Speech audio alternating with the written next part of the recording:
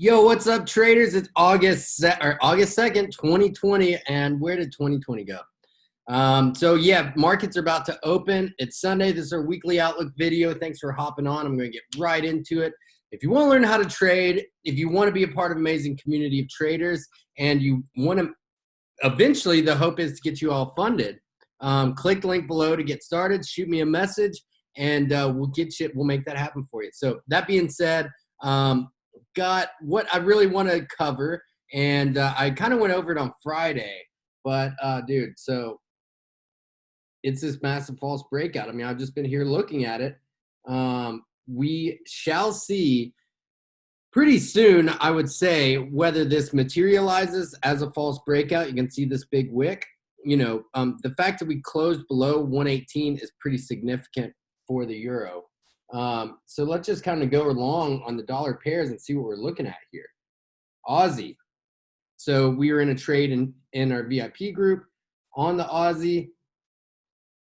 False breakout. False breakout here. This is what I teach as a throw over line. Now, if we break down from this pennant right here, that will be very bearish for Aussie. Okay, and that would put us back into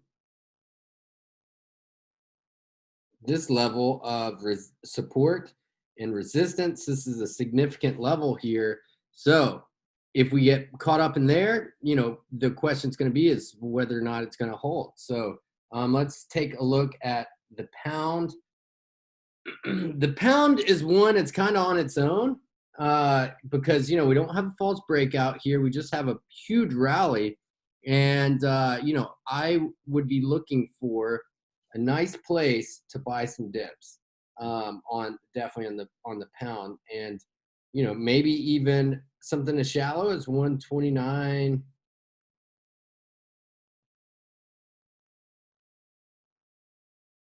17, 129.15, which, I mean, that's not too shallow. We're at 130.82, but the way the pound moves, that could happen super quickly. And so also I want to point out, and I've been talking about it quite a bit, this move on pound Aussie.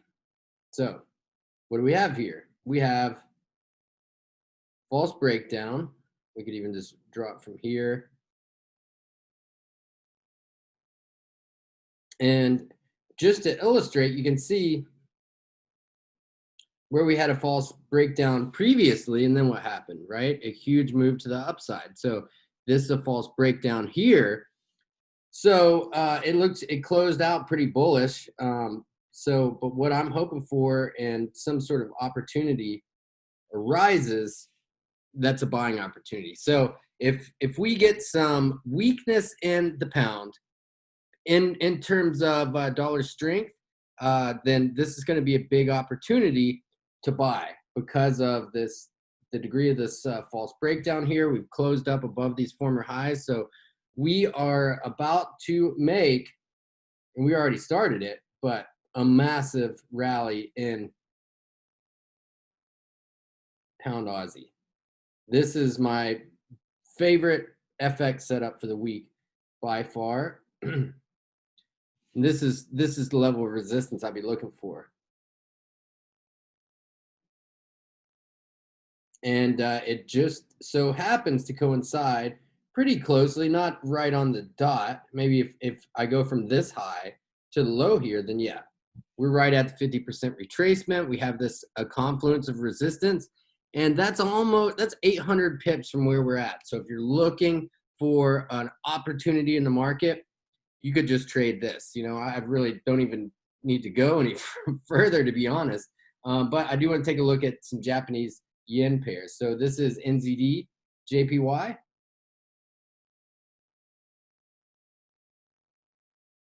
Looks like a false breakout here. We've got a lot of these going on. One push, two push, diverging RSI. And so there's a lot of clues. What you need to do in trading is look for clues. There's a lot of clues that the market could be turning into some risk off sentiment, especially with the dollar strengthening, yen strengthening. since I'm talking about the pound, let's look at GBP Jpy, and this looks pretty breakout-esque to me. This is the triangle consolidation that I was talking about that we were trading in. So we've broken out from here, and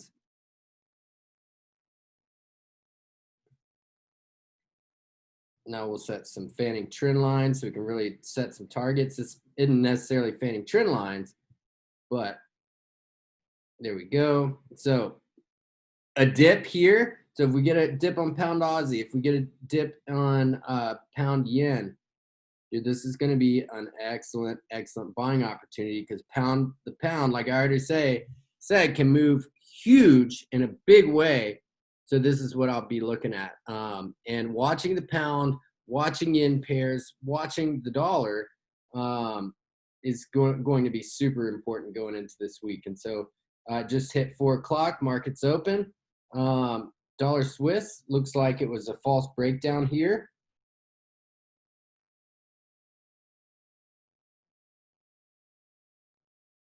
And we're starting to get a dip.